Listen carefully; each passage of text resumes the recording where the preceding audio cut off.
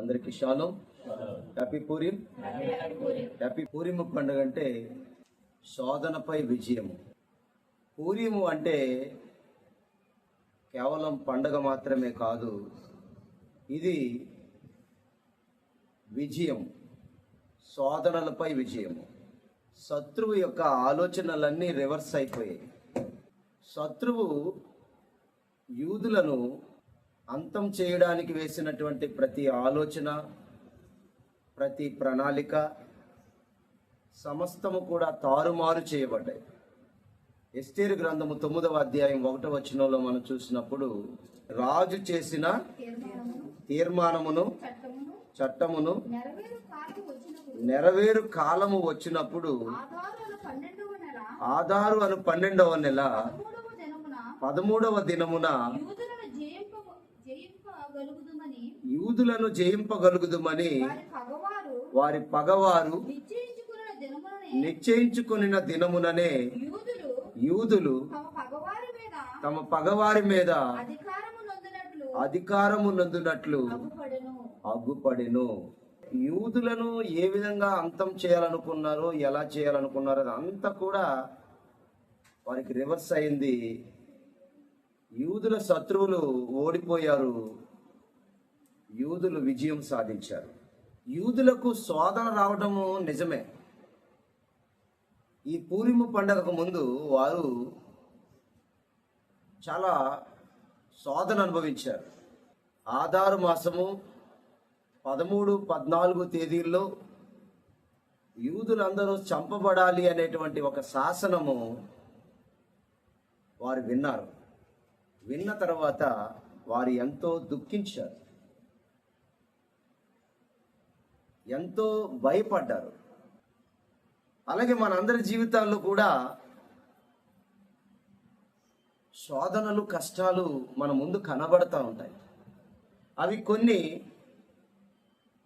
ఆర్థికపరమైన సమస్యలుగా మన ముందు కనబడుతూ ఉంటాయి, కొంతమందికి కుటుంబపరమైన సమస్యలుగా కనబడుతూ ఉంటాయి.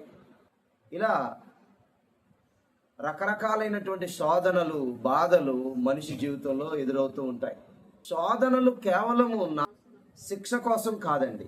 దేనికోసం వస్తాయంటే శుద్ధి చేయడం కోసం మన జీవితంలో శోధనలు వస్తాయి. తండ్రి వారు శోధనల ద్వారా తన ప్రజలను శుద్ధి చేసుకుంటారు. అంటే శోధనలు మనిషి యొక్క ప్రవర్తనను మారుస్తాయి. శోధనలలో శుద్ధులవుతారు. ఎలా శుద్ధులవుతారంటే వాక్యము చేత తమ నడతను సరిచేసుకుంటారు, తమ ప్రవర్తన సరిచేసుకుంటారు.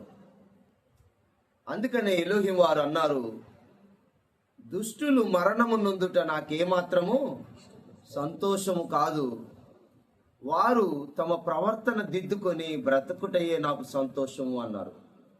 ఈ పూరిము పండగలో మనం నేర్చుకోవాల్సింది ఏమిటి అంటే, మన జీవితంలో ఏ విధమైన మార్పులు చేసుకోవాలో, ప్రతి విషయంలో మనం ఎక్కడ తప్పిపోతున్నామో అవి మనం తెలుసుకోవాలి. తండ్రికి మరింత దగ్గరగా వెళ్ళిపోవాలి మనం. చూడండి, పిల్లలు భయపడుతున్నారు అనుకోండి, ఇమ్మీడియట్గా వాళ్ళు ఎక్కడికి పరిగెడతారంటే తమ తండ్రి దగ్గరికి, తల్లి దగ్గరికి పరిగెట్టుకొని వెళ్తూ ఉంటారు. వారు తాము భయపడుతున్నటువంటి పరిస్థితుల నుంచి కాపాడుకోవడానికి తన తల్లిదండ్రులను ఆశ్రయిస్తారు. అలాగే మన పరలోకపు తండ్రిని కూడా శోధన కాలములో మనము ఆయన్ని ఆశ్రయించేవారుగా ఉండాలి. ఇశ్రాయేలీలు చంపబడాలి అనేటువంటి శాసనం విన్న తర్వాత వారు తీసుకున్నటువంటి నిర్ణయం ఏమిటి అంటే, పరమ తండ్రి దగ్గరికి వెళ్ళి తమ బాధంతా చెప్పుకున్నారండి. అని ఈరోజు చాలామందికి విశ్వాసము లేక ఆయనతో చెప్పుకోలేకపోతున్నారు. అందుకనే జీవితంలో కార్యాలు చూడలేకపోతున్నారు. మన పరలోకమందున్న తండ్రికి మన బాధలన్నీ తెలుసు, కానీ వాటిని మన నోటి గుండా వినాలని కోరుకుంటున్నారు. అంటే మనం ఆయన్ని ఆశ్రయించే వారిగా ఉండాలని ఆయన ఆశిస్తున్నారు. శోధనలు అనేటువంటివి శిక్ష కోసం కాదు, శుద్ధి కోసం వస్తాయి. పేతురు రాసిన మొదటి పత్రిక 1వ అధ్యాయం 7వ వచనం చదువుకుందాం.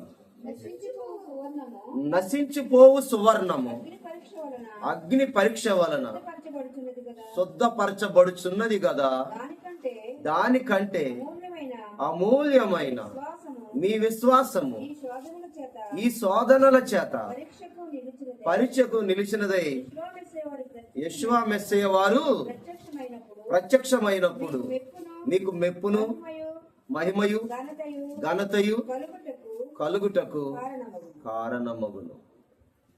మెప్పు, ఘనత, మహిమ ఈ శోధనలనే పరీక్ష దాటుకున్న తర్వాత మెప్పు, ఘనత, మహిమ వస్తుంది. జీవితం అనేది కూడా ఒక పరీక్ష.